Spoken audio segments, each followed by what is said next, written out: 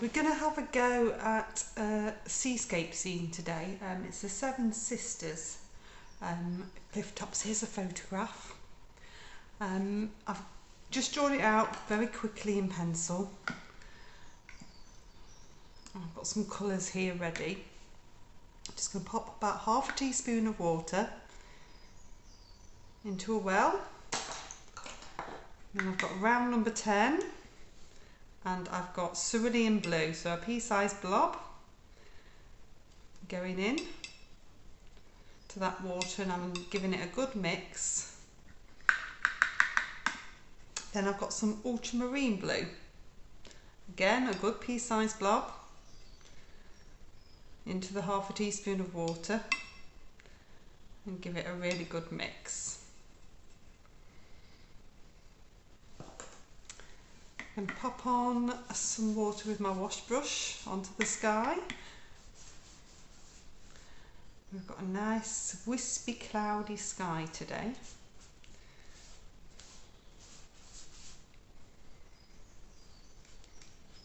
So plenty of water on there, and I'm going to come in with the ultramarine blue. So straight along at the top. Circular motion, holding my brush down. That keeps the paint in the brush. I'm going to leave little bits of white, but I'm going to do some lifting out today. So it's a different technique for a sky. I'll brush a bit of a rinse, and I'm going to come into the cerulean blue. So it's a much lighter blue.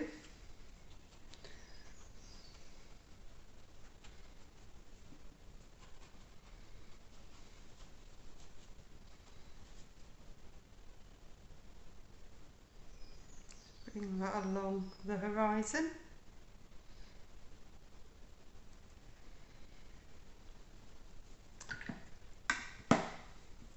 Just going to dab back into the ultramarine blue and just wisp a little bit through, so that it's connected through and it blends. You don't want two stripes of different colour.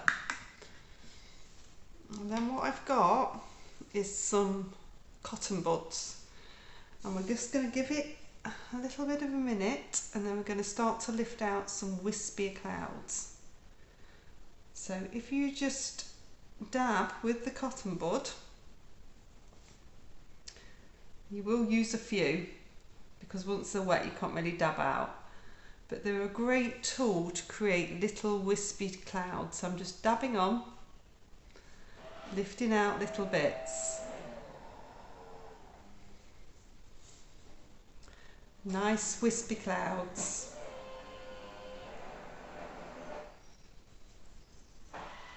Dab, dab, just dab, dab, dab.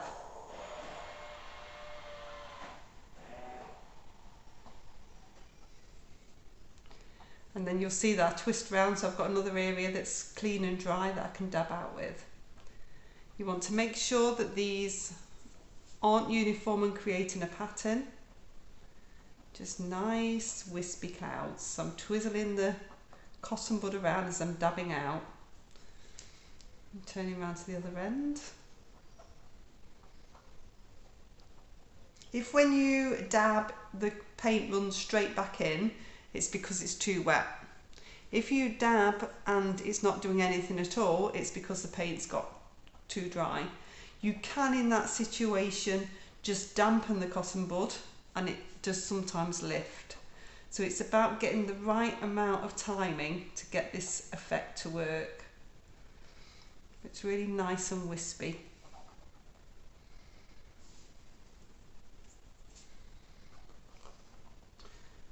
Where it's darker, you'll see them more. Where it's lighter, you'll see them less. You can still get some really nice wispy effects. If you've got bigger clouds, you can lift those out with tissue, and at one point I will do a video with them be lifting out with tissue, because there is a technique to that as well.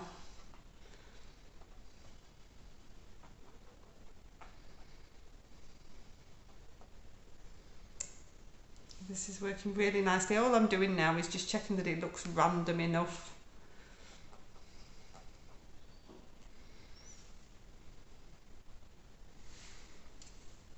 Okay, so I'm going to move down to the sea. Just going to wet that. I'm going to leave a fine line between the sky that's drying, so I'm not wetting into the sky because I don't want to watermark. And I don't mind coming over this foreground of land a little bit as well. If you take the water a bit further, then it tends to stop those hard edges happening. I'm going to start with cerulean blue. I'm going to do horizontal strokes.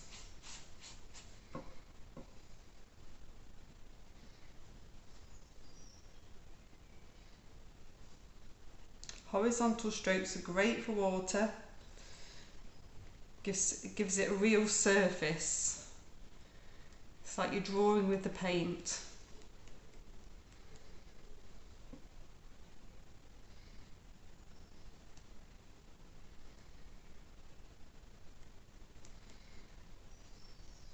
Going to dab straight into my ultramarine blue.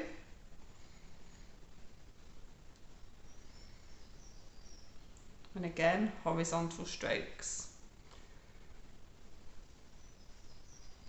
I'm just slightly coming over this foreground, it doesn't matter. The sea's quite light in comparison to the foreground.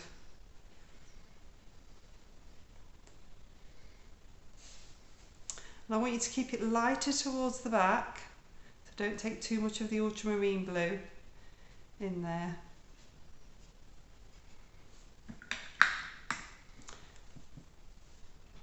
And you can just bring that line as small as you can, that white line. It'll be like glistening light on the horizon. Okay, so I've rinsed my brush, I've dabbed into some water, and I'm dabbing into some raw sienna. So that raw sienna, I'm just going to run along the bottom of the cliff edge. I've just left a fine little gap just so that I got that hint of sand there. And then with the raw sienna as well, I'm going to wisp some of it through the sea. I want there to be a sort of hint of a greeniness to the sea. So this works quite well, and I'm just blending on the paper.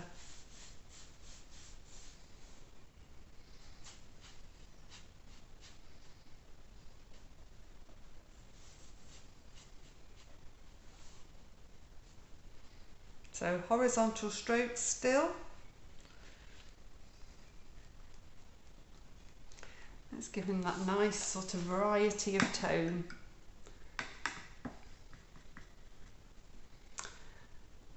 With a wet brush again, I'm just going to dab into a little bit of the raw sienna and just bring a little bit of that onto dry. So this is just to give some tone on these white cliffs. So a few little bits. Make sure you do still leave a little bit of white there. You don't want to eliminate everything. I'm going to swap down to a number 6 now, and I want to mix up a bit of a darker grey. So I've got ultramarine blue. My brush is loaded with water, but I'm not taking any additional water in here. And ultramarine blue and a dab of burnt sienna will make a very dark grey. So that's ready to go. I'm going to come now onto the tops of the cliffs. So just with a little bit of water.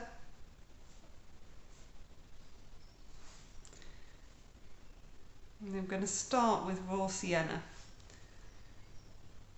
So I'm going to use a pre-mixed green as well, and the pre-mixed greens tend to be quite bright, so if I'm using something a bit more muted underneath, it will make it less bright. So that's a little tip. Because it's in the distance, we don't want it to be too bright. And in fact, I'm going to take a dab, I'm going to dab into that burnt sienna and pop a little bit of that on as well, because it's quite ready, and that will help dull back that colour. Want it to be more muted because it's in the distance. So I'm just dabbing in. A nice edge on this. And I'll brush a bit of a rinse, dry it off, and then I'm coming into the sap green. Just going to pop this on. So I'm following the line of the land. I want a really nice edge to the top, and then a really nice edge on the cliff edge as well. So it's really focusing on those edges.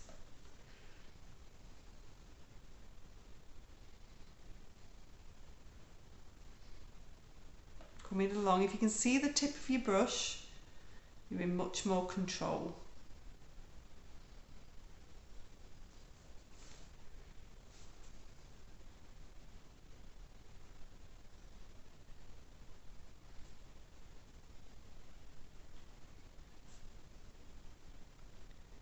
I'm just flowing this through the wet paint.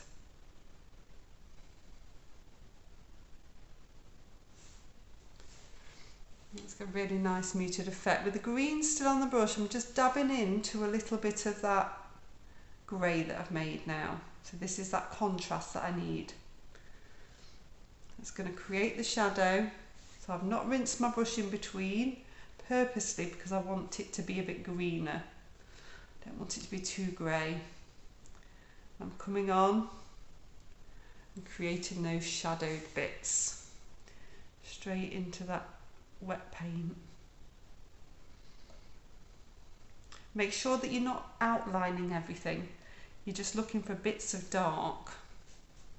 If you squint at a photograph, often you can see those little bits of dark a lot easier. The temptation to outline is always there, but that doesn't help. There'll be lighter areas, there'll be darker areas, and it's just finding those, just highlighting those bits.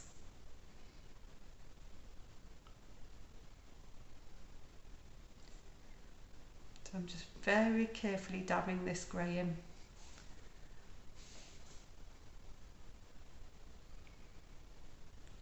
It's got that really nice dark edge, and that dark edge against the white of the cliffs is going to make them really contrast as well. So all of these little bits help the contrast. Rinse my brush off and just load that with water, and then I've also got my long thin brush, so this is my rigger. I'm going to dab into some of the grey, then I'm just going to run down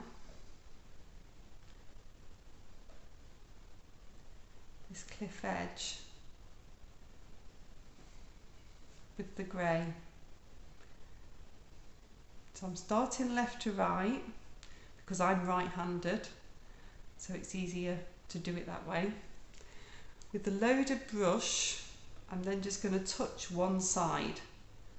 So I'm pressing down, so I'm wetting further than it needs to go, but this is then connecting those jaggedy bits into the cliff face. And if you just slightly touch in places at the top, you'll get a little bit of a run down, which works quite nicely as well to gel all that together. I'll often have more than one brush in my hand. So I'm just doing a few more of these grey lines. You need to move quite quickly when you're softening in so it doesn't dry.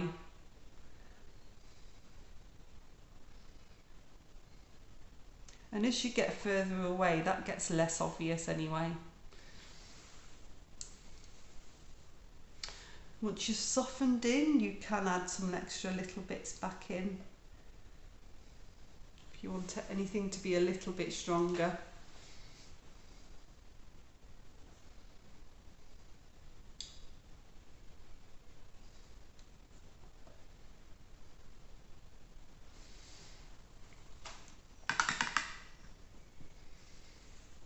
Okay, so I'm going to dry that off now. Okay, so that's nicely dry now. I'm just going to pop a few little bits of extra detail into this cliff edge. So this is just that same mix of grey, and I'm just adding a little bit more dark on this first cliff, just to define it a bit more in comparison to the ones that are in the distance. Naturally, because it's the white, you can't see a lot of detail anyway.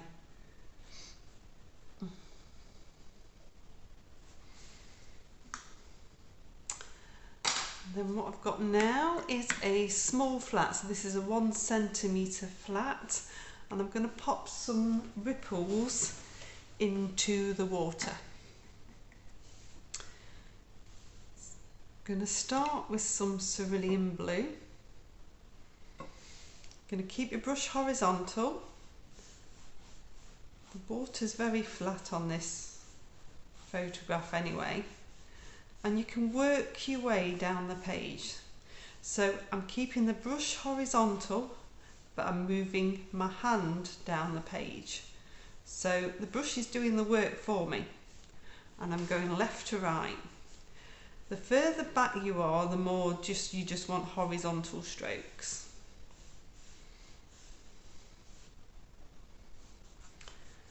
So again, I've got the brush horizontal, keeping it horizontal, but I'm moving my hand down the page and I'm touching the page in places and then letting go as I'm going down. You get this really nice soft ripple effect. You can do a lot with a flat brush on water. It works really well.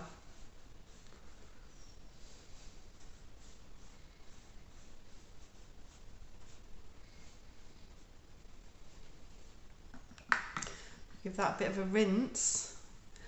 I'm going to load the brush up and dab into this grey so the grey isn't too strong. You don't want to have stripy water.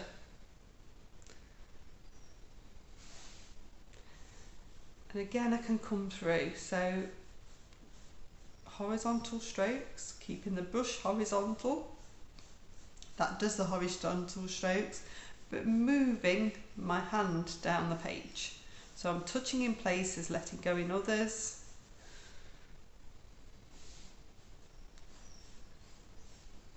Just moving my hand down the page. So I'm going left to right. You can do big left to right, you can do small left to right. They both work just as well.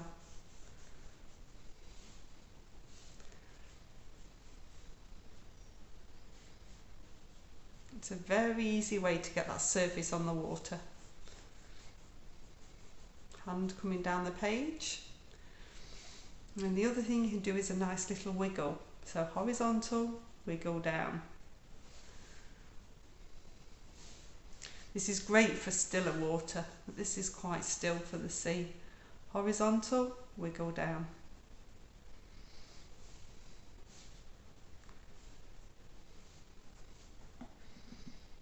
Okay, I'm going to come on to this foreground now.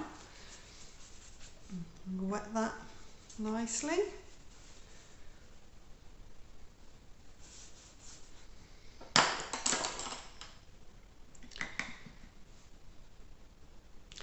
I've loaded my round number 10 with water and I've dabbed straight into the raw sienna.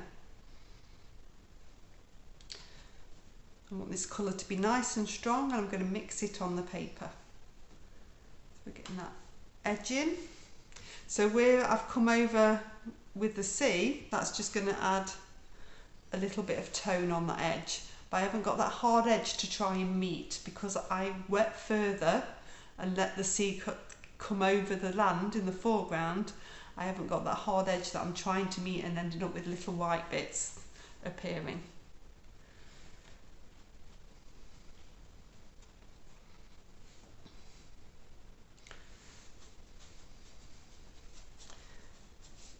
So just popping in some raw sienna in here.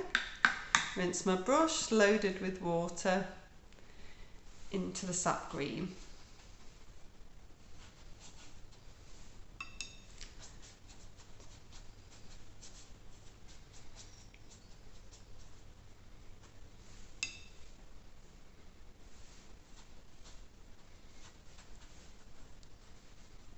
This is all nicely grassy.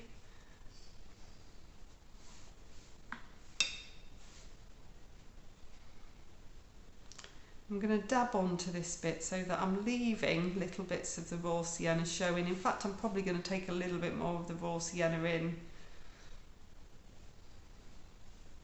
This is quite a simple foreground, so it shouldn't need a lot of detail. It's just about the thickness of the paint, really, and making sure that it's thick enough to hold. I've got on round number 6. Smaller the brush, the thicker the paint, because there's less water on there, and the more in control you are as well. So I'm just going to start to dab in. This is a bit of burnt sienna.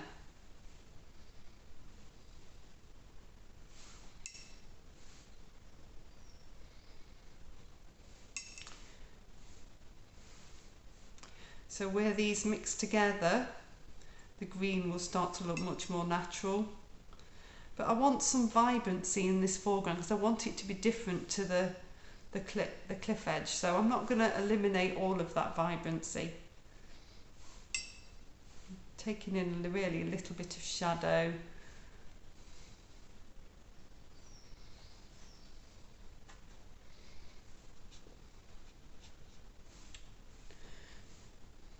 And dabbing in some tufty bits.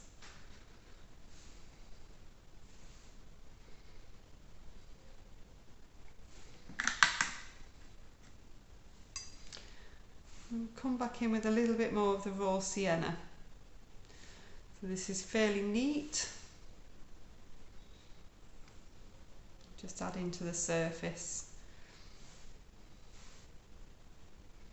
This is quite textured, this bit, so this is just building up a little bit more texture there.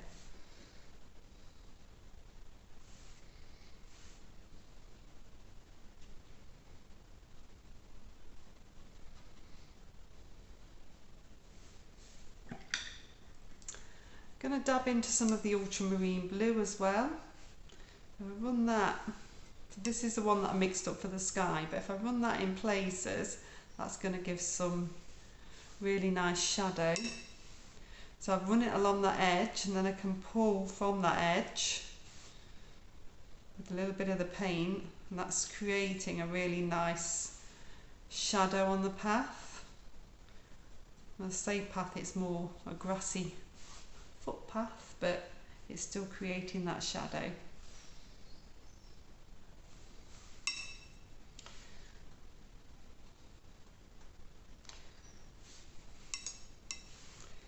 A few little bits of dark. I've got to come into this bit with a bit of the blue because this is nice dark rock. So we're mixing these on the paper, and they're going to make it darker. So the ultramarine blue and burnt sienna make a near on black if you mix them enough with enough blue in.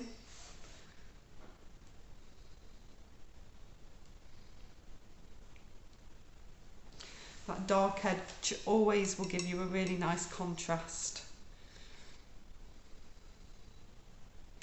against the lighter sea.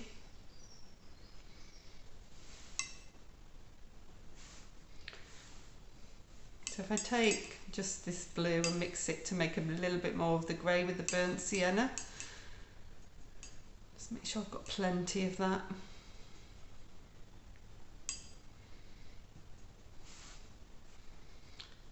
just come in and create some darker edges around this bit.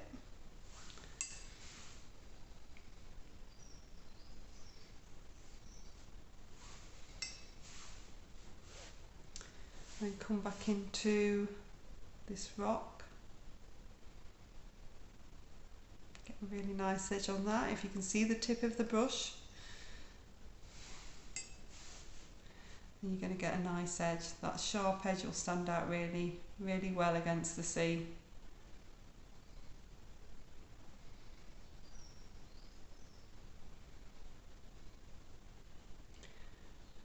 Make sure we ground in this bottom.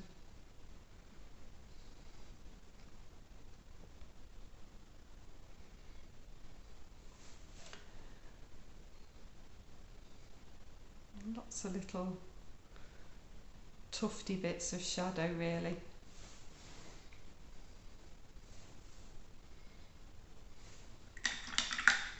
So with a wet brush, just dabbed it off a little bit, I'm just going to pull that rock in. So that just grounds the rock in. It works the same in the water. It just grounds the rock into the surface so it's not floating.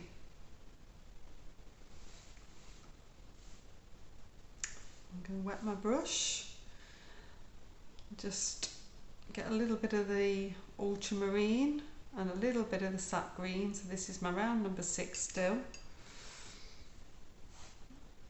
Just add any more little bits of wispy dark really.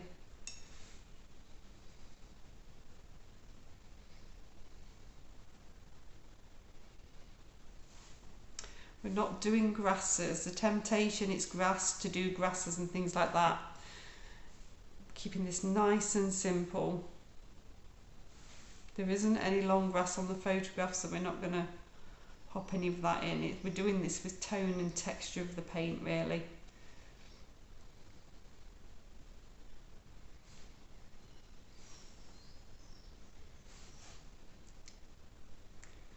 Bring in a few little bits of dark.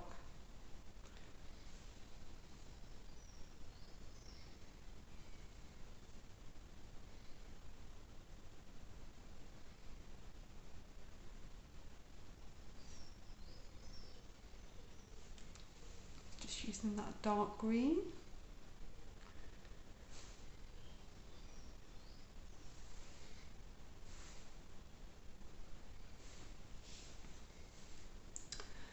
I'm going to just get my round number 10, my bigger brush, to do a bit of dry brushing just in this bottom corner. It's actually easier to do it with a bigger brush, even though you think it's not. So I'm holding my brush like this. I'm going to keep it really close to the surface, and I'm just going to scrape through. This is just giving a bit of texture. The paper's not actually dry, so I want it to collect in places but not in others. So there's bits that are dry, and that's just working really well to give that nice texture and to blend at the same time. So I'm just scraping the surface with a loaded brush.